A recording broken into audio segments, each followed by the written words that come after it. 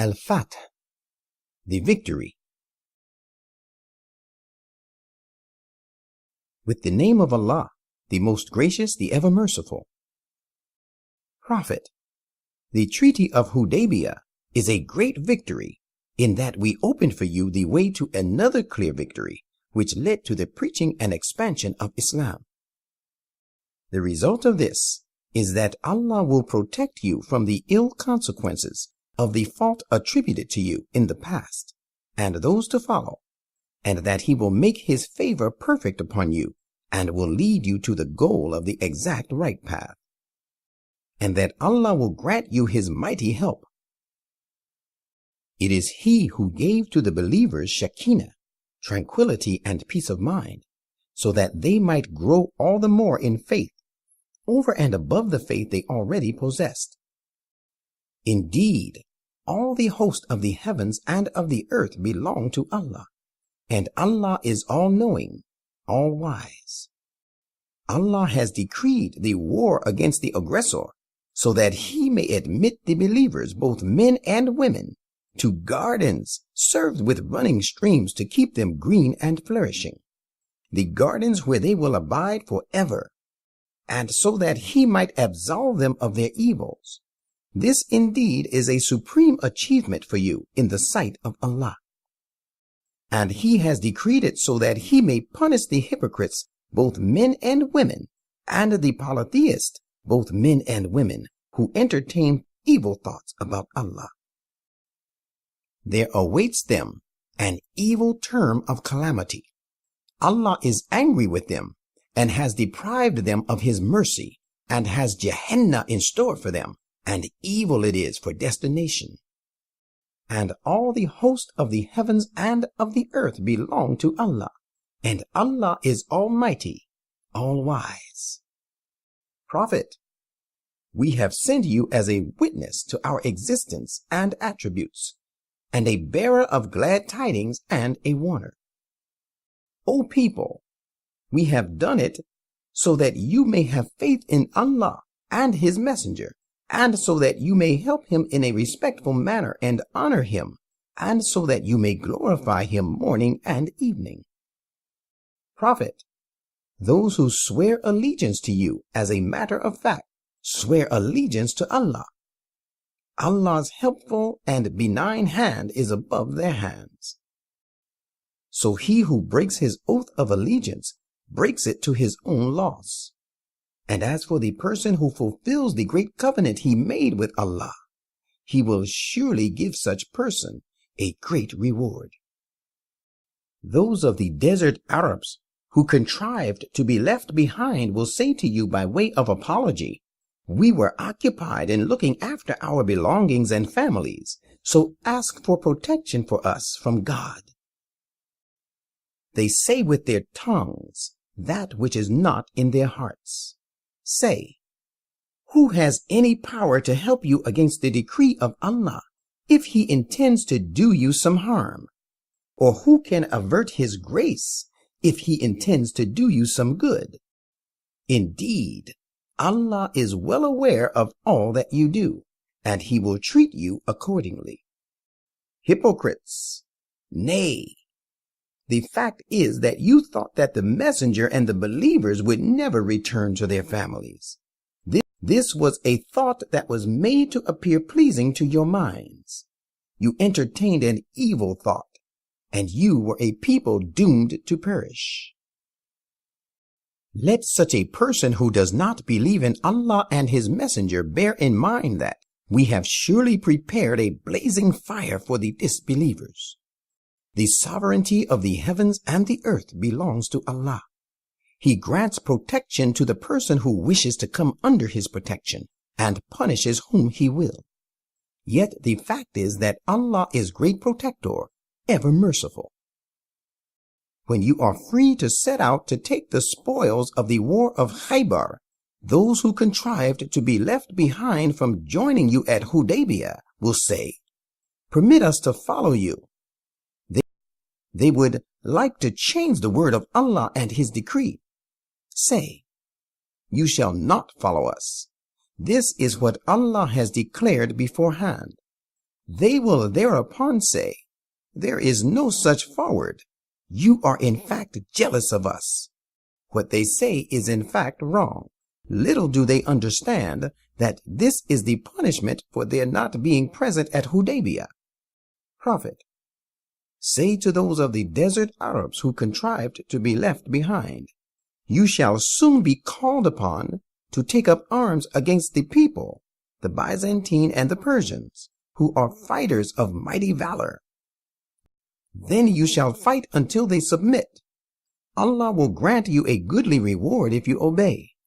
But if you turn your backs, as you did before, He will punish you a woeful punishment. No blame shall lie on the blind, no blame shall lie on the lame, and no blame shall lie on the sick if they do not join the fight. Yet he that obeys Allah and His Messenger, He will make him enter gardens served with running streams to keep them green and flourishing. But he that turns his back, He will inflict upon him a woeful punishment." Prophet, Allah was well pleased with the 1,400 believers when they swore allegiance to you under the acacia tree at Hudaybiyah. He revealed the high standard of faith that they had in their hearts and sent down Shekinah, peace and tranquility upon them, and He rewarded them with an early victory at Khaybar. And a great many gains await them that they will take. Allah is Almighty, All-Wise. Muslims, Allah has promised you many gains that you will take, and He has given you this victory at Khaybar in advance. And as a result of the Treaty of Hudaybiyah, He restrained the hands of the people from committing aggression against you, that it may serve the believers as a sign, and that He may lead you on the straight and right path leading to the goal. There are, in addition to this, other victories which you have not been able to achieve. Yet Allah has surely encompassed them, and Allah has every power over every desired thing. And if those who disbelieved had fought you at Hudaybiyah, they would have certainly turned their backs, and then would find neither a protecting friend nor helper. Allah has explained to you His want, which has been in practice since the very past. You will find no change at all in Allah's want. It is He who restrained their hands from you, and your hands from them in the valley of Mecca, on the occasion of the Treaty of Hudaybiyah, after He had given you victory over them. Allah observes all that you do. These, your Meccan enemies, were the people who disbelieved and prevented you from the holy mosque, while even the sacrificial animals were stopped from reaching their destination. Had not there been at Mecca some believing men and believing women, as were unknown to you, and had there been no danger that in case of war you might have trodden them down, and thus you might have incurred some harm unknowingly on their account, we would have allowed you to invade Mecca, but we did not allow this, so that Allah might show His mercy to him who wishes to be shown mercy. Had these believers living in Mecca left from there and had been separated from them, we would have surely punished those of them, the Meccans, who disbelieved, with a woeful punishment. These events belong to the time when those who disbelieved nurtured in their hearts prideful indignation and cant, the indignation and cant of the days of ignorance, and Allah granted Shekinah, peace and tranquility, from Himself to His messenger and the believers, and made them observe closely and firmly the code of self-restraint, the code they were best entitled to receive and were also really worthy of. Allah has full knowledge of everything. Allah had surely fulfilled for His messenger the vision that conformed to the rules of wisdom. My faithful companions, you shall enter the holy mosque if Allah will, safe and secure, some of you with your heads shaved, and others with their hair only cut short as is a prescribed right for a pilgrim, you will have nothing to fear. As for the time involved in its fulfillment, he knows what you do not know. He has, in fact, ordained for you a victory near hand at Khaybar to be gained before the fulfillment of that vision. It is he who has sent his messenger with guidance and true faith so that he may help it prevail over all other faiths. Indeed, Allah is sufficient to bear witness to the truth of Islam. Muhammad is the messenger of Allah, and those who are with him are also firm and strict against the disbelievers to accept their influence, but soft-hearted and compassionate towards one another. Reader, you will find them kneeling and prostrating themselves in prayer. They seek grace from Allah and His good pleasure.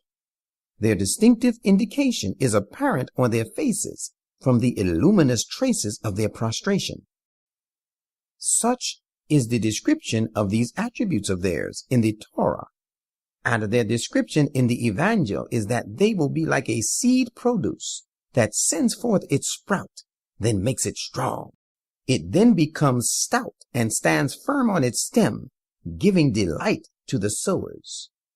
Allah will, in a similar way, raise the believers from strength to strength, with the result that He may make the disbelievers suffer an impotent rage because of them.